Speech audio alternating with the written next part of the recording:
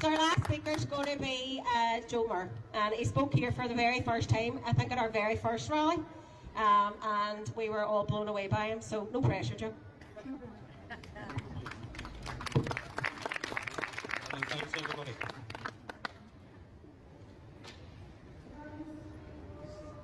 Not. Hello, as Sinead said, my name's Joe Moore. I'm here from Ages of the Union, and no matter how many people turn up or no matter how long this takes, I just want to pin our colours on the mast here. We will be here with this campaign no matter how long it takes for these demands to be met. We will not disappear. We will not go quietly. We will be here, as I'm sure will all of you. One of the things I noticed when I came here today is that there's more faces that I recognise and more faces that are nodding to me. We're becoming a wee community, a solid unit, and no matter how many of us is here, we're going to make noise, we're going to be heard, and we're going to achieve our goals.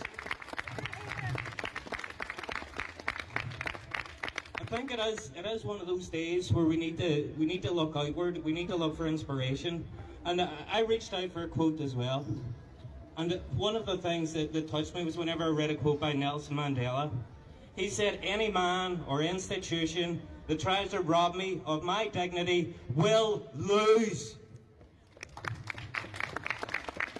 Every time we have to buy heating or petrol or food, we get a pretty brutal reminder of why we need to be here and why we need to resist. We're reminded further when our politicians toe the corporate line. Whenever they say that price increases are unavoidable because wholesale energy costs have risen, as though we can't work out that that's just business speak. For the energy companies have put their prices up to make massive profits. The basic necessities for survival like heat and food are being put out of our reach. It's taken away our ability to survive, never mind share in all of life's beauties, as the song says. We only get one go at life. And none of us here are being paid enough to have any big dreams or hopes. And we've been robbed of our labour and of our time. The UK and US economies recently set all-time record profits for the corporations in each of those economies. Those profits are generated by the labour of workers. Yet what is our reward? Was it a 4-day week? Was it a minimum wage that people can actually live on? Was it a benefit and social welfare structure that allows people dignity? No, it wasn't. It was poverty. It was more poverty. And then it was more poverty. Just to give some context on that $5 billion profit that Shell made in the first 3 months of this year. Seeing a good year, and a really good year, $5 billion is about all of the money generated by the music industry in the UK. That's all of the money they generate, not in 3 months. And it's not profit, just like that $5 billion's profit for Shell.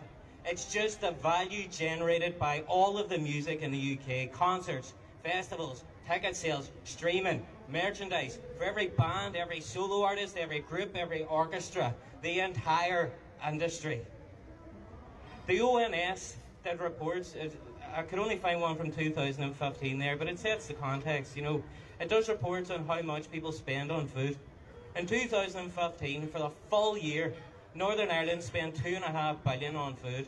That's half of the profit that Shell made in 3 months. That's every morsel every one of us ate. This is not a small amount of money. This is insane profiteering of the pain of working class people.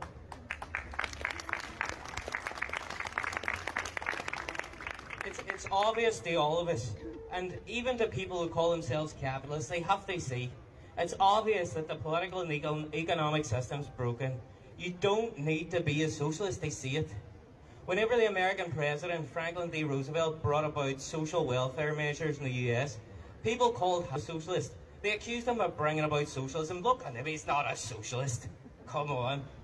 And he explained to them, he didn't bring about socialism. These welfares, to make sure the people didn't starve, saved capitalism. We're not asking for people to give us so much that we can all live in the lap of luxury. We're asking for them to give us enough so that we can enjoy our lives and so we don't have to rise up and give our lives to have a better future for our children. So I don't care if it's called socialism or if it's called repairing capitalism. We need to redress the imbalance so that the people of this country aren't expected to sacrifice their lives on the altar of profit. It would be ideal, it would be absolutely ideal for those energy companies if we were to give up and if we were just to accept things as they are, but we won't give up until we win. In Derry, we know giving up would mean accepting that the next bad winter will bring extra lives lost for the lack of a bit of warmth or a bit of food. Giving up is a luxury too expensive for the working class. Like, we do hope the change will be swift and comprehensive. We need government and corporations to know that we're well prepared to support this movement for as long as it takes, even if it takes months or years or whatever. Like, we want redress, we want things to be fixed now, but we are not going anywhere. And we need to let them know that every week we will grow stronger. So please, folks, next week, the next time this event's held, bring as many people as you can. Do everything you can. The other things that you can do is to grow this movement, to grow Derry Against Fuel Poverty, to grow all anti-poverty movements. We need your help to create a new community, a new culture of activists to stand up for working class people of every creed. And like every community, this anti-poverty movement needs books, it needs songs, it needs slogans, it needs art. If you're in a community group, if you're in a wee art group, if you write books, if you do anything, if you sing songs, sing them about this, write them about this, make this your culture.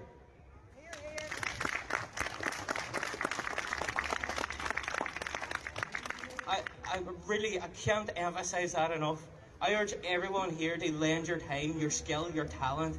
Speak to Sinead today, or reach out on the Derry Against Fuel Poverty Facebook page. Reach out to any of the groups that's trying to improve this place for all of us. We need to get more people on the street. And you can reach out to your political representatives too. You can reach out and demand they take action. No matter who got in today, we were going to need to do that anyway. So let's make sure we don't forget to do it.